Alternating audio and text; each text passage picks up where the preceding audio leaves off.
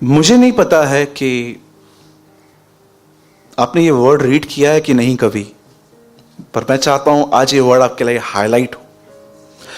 कभी कभी माँ बाप जब एब्रॉड में अपने बच्चों को लेटर्स लिखते हैं तो कुछ लाइंस के नीचे अंडरलाइन करते हैं कि ये बहुत इंपॉर्टेंट है।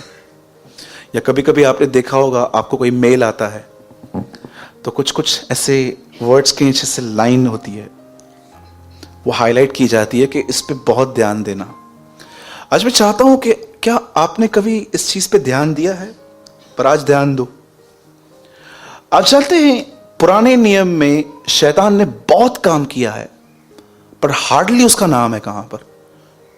वो पहले उत्पत्ति में दिखाया गया सांप के बेस में, उसके बाद आप देखो दाऊद को उसने गिनती करने के लिए उकसाया, उसके बाद आपको अय्यूब की किताब में मिलेगा, और फिर यशाया और याजकल में थोड़ा थोड़ा दिखाई देगा। पर आप में से कितने लोगों ने नोटिस किया है नए नियम के स्टार्टिंग के पन्नों पे यीशु ने उसको एक्सपोज कर दिया। लिखा है लोग बीमार यीशु के पास आए और उसने उनमें से दुष्ट आत्माएं निकाल दी। जीसस की सेवकाइयों में सबसे मुख्य सेवकाई क्या थी? डेविल को एक्सपोज करना। और आज इस कलीसिया में उसका एक काम आज एक्सपोज होगा। आप में से कितने लोगों ने यह वचन पढ़ा है कि एक व्यक्ति था जो परदेश जा रहा था, तो उसने अपने सेवकों को अलग अलग सिक्के दिए, किसको 10, किसको 5, किसको कम। और जब वापस आया तो उसने हर एक का लेखा लिया। एक ने कहा मैंने डबल कर दिया, दूसरे ने भी कहा मैंने डबल कर दिया। पर मैं आपको पूछना चाहता हूं, वो तीसरा व्यक्ति जो था उसने क्यों कुछ नहीं किया?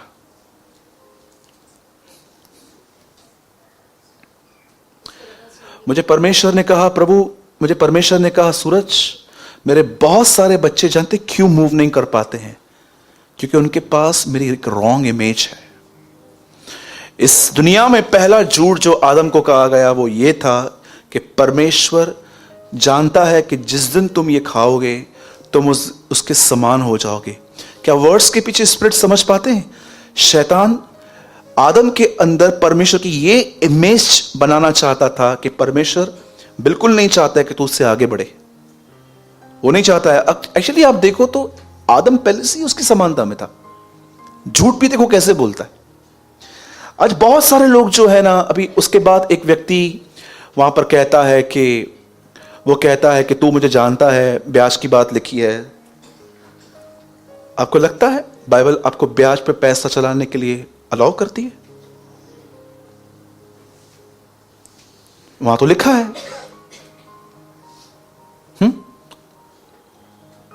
पुराने नियम में बहुत बार लिखा गया है वाइन के लिए, पुराने नियम में। तो क्या प्रभु आपको शराब पीने के लिए कहता है?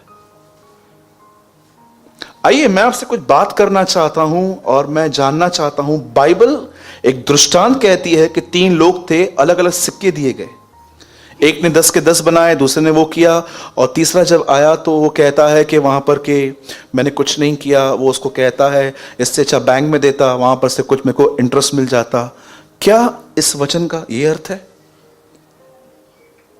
मैं आपको बताना चाहता हूं कैसे इन दिनों में लोग वचन को गलत प्रकार से तोड़ मरोड़ के अपने ही विनाश का कारण बना रहे हैं।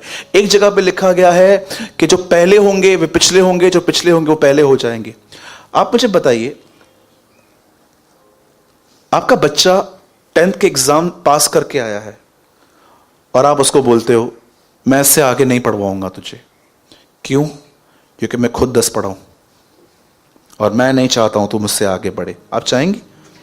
मैंने अनपढ़ मां बाप को देखा है, उनके बच्चे सीए हैं, इतना पढ़ाया है उसने उनको।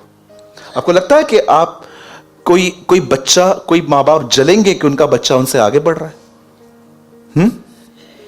क्या परमेश्वर जो ये कहता है जो पहले पिछले हैं पिछले पहले होंगे, मतलब इसका मतलब ये कह रहा है कि प्रभु की ये मर्जी है कि कोई टाइम हो आप पीछे हो और जो आपसे बाद में आए हैं वो आगे हो जाएं?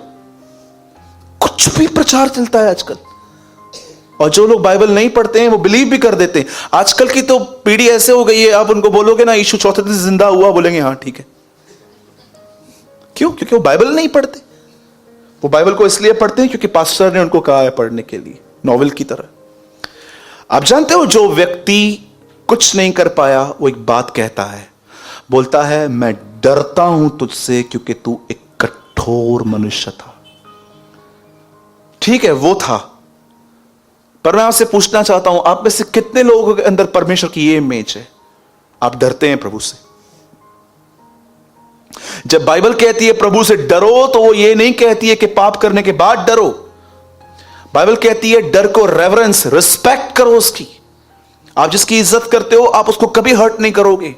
लेकिन आज जो लोग हैं वो अपने आप में इतने डरे डरे हुए से रहते हैं, मुझसे ये पाप हो गया, मुझसे ये पाप हो गया, मुझसे ये पाप हो गया। एक भाई मिला मुझे, मैंने उनको बोला आप चर्च नहीं आते हो? बोला मैं नहीं आऊंगा। बोला क्यों? बोलता यार मुझसे पाप हो जाता है, फिर मैं वहां पर आता हूं, मुझे बहुत गिल्ट फील होती है वहां पर कि मैं ऐसा व्यक्ति हूं। मुझे एक बात बताइए, कौन देता है आपको गिल्ट? आपका मन देता है, प्रभु नहीं देता है आपको। ये रॉन्ग पिक्चर निकालो अपने अंदर से, ये डेविल ने क्रिएट की है आपके अंदर। परमेश्वर डरावना नहीं है, राइट पिक्चर रखो। मैं आपसे पूछना चाहता हूं, कितने लोग ये बात जानते हैं परमेश्वर इस दुनिया का सबसे धीरजवंत व्यक्ति है? इतना धीरज धरता है वो, इतना धीरज धरता है जिसकी कोई लिमिट नहीं है। पर आपको पता है परमेश्वर एक चीज में इतना कोई नहीं है इतना। काश पवित्र आत्मा पे रिवील करे जब आप बाइबल रीड कर रहे हो और आपको एक राइट अंडरस्टैंडिंग मिले उसके कैरेक्टर की। मैंने बहुत जगहों पे देखा परमेश्वर लोगों को बदलने के लिए ईयर्स लेता था। याकूब को बदलने के लिए 40 साल, मूसा को बदलने के लिए 40 साल, इसको 50 साल। लेकिन मैंने एक चीज देखी, परमेश्वर इतना क्विक है उसमें कि जब वो देखता है ना, दौड़ जाता है। पूरी बाइबल के अंदर परमेश्वर एक ही जगह पे इतना घाई में दिखा कि आप हैरान हो जाओगे। बताइए, जब गुमराह पुत्र वापस आया तो परमेश्वर ने क्या किया?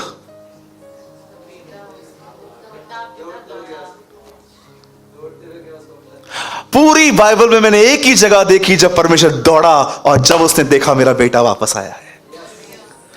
वो कब दौड़ता है? जब वो देखता है कि बैकस्लाइडर वापस आया है, वो दौड़ता है। हम परमेश्वर से डरते हैं, लेकिन वो हमारी तरफ देख के दौड़ता है कि कम मैं हूं। वो कहते हैं ये तो भूत है। पतरस जब देख रहा है पानी पे, वो एक दूसरे कहते हैं ये तो भूत है। यीशु कहता है नो, मत कहो मैं भूत नहीं हूं, रॉन्ग इमेज मत बनाओ मेरी, मैं हूं। मैं आपसे पूछना चाहता हूं, क्या आप परमेश्वर की राइट पिक्चर रखते हैं? अगर आप बाइबल नहीं पढ़ोगे ना, आपके अंदर शैतान खुदा की इमेज एक अलग तरीके से बिठा देगा। वहमों में जियोगे। इस महीने दशमांश नहीं दिया था इसलिए कमाई नहीं हो पाई थी। ओह, प्रेज द लॉर्ड। कहां लिखा है?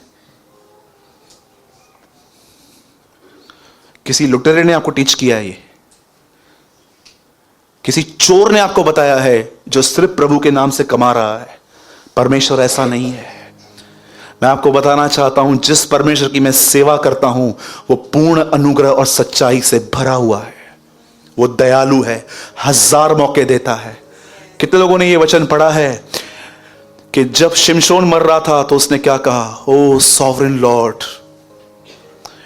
एक व्यभिचारी, एक ऐसा व्यक्ति जो अपना सब कुछ खो चुका था, उसने अंत में उसको ऐसे पुकारा, हे एक और मौका देने वाले परमेश्वर।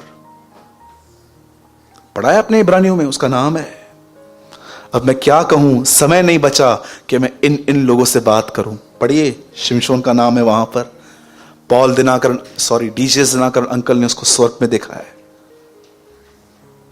मैं आपसे पूछना चाहता हूं, आइए जितने लोग यहां पर बैठे, प्रभु से डरते हो कि आप ये इमेज करते हो कि खुदा मेरी तरफ भागता है? ठीक है, मुझसे गुनाह होता है, तो प्रभु के पास जाओ, उससे दूर क्यों भागते हो? एक दिन एक वाइफ अपने हस्बैंड को बोल रही थी चर्च चलना, तो बोलता है आप जाओ, आप चलो ना, मेरा मन नहीं है कि कुछ और बात है? जानते हो, कभी कभी आप जब देखते हो ना मैं बदल नहीं पा रहा हूं, आप फेडअप हो जाते हो। मत करना ये काम, खुदा के पास जाओ, वो तुमसे प्रेम करता है, वो तुम्हें बदलेगा। 1000 बार पाप होता है ना, 1000 बार मानो उसके सामने, हाँ प्रभु मुझसे हुआ, मैं नहीं करना चाहता हूं, मुझसे हुआ, वो तुम्हें बदल देगा। प्लीज एक राइट पिक्चर रखो। जब उस आदमी ने, जिसको तोड़े दिए गए थे, उसने कुछ नहीं किया, जानते उसने क्या कहा? मैं डरता हूं। कभी वो लोग जो खुदा से डरते हैं वो कभी भी काम नहीं कर पाएंगे प्रभु का। हमेशा परमेश्वर की सेवा वही लोग कर पाते हैं जो ये जानते हैं कि वो उनसे प्रेम करता है। आइए मैं एक सवाल पूछता हूं एक और उसके बाद हम मीटिंग में आएंगे। सुनिए, क्या परमेश्वर को पिता कहना ही बस काफी है कि आपको रेवलेशन है उसके फादरली लव का? अगर मैं कहता हूं परमेश्वर मेरा पिता है और वो मुझसे प्रेम करता है, तो क्या ये शब्द मेरे अंदर लाइफ है मेरे अंदर इसके प्रति? वो गुमराह पुत्र क्यों वापस लौटा? कहां न कहां उसने अपने अंदर क्या रखा था, मैं एक सेवक के ना ही ग्रहण किया जाऊं, पर परमेश्वर ने कहा नो, तू बेटा है, तू बेटे की तरह आ।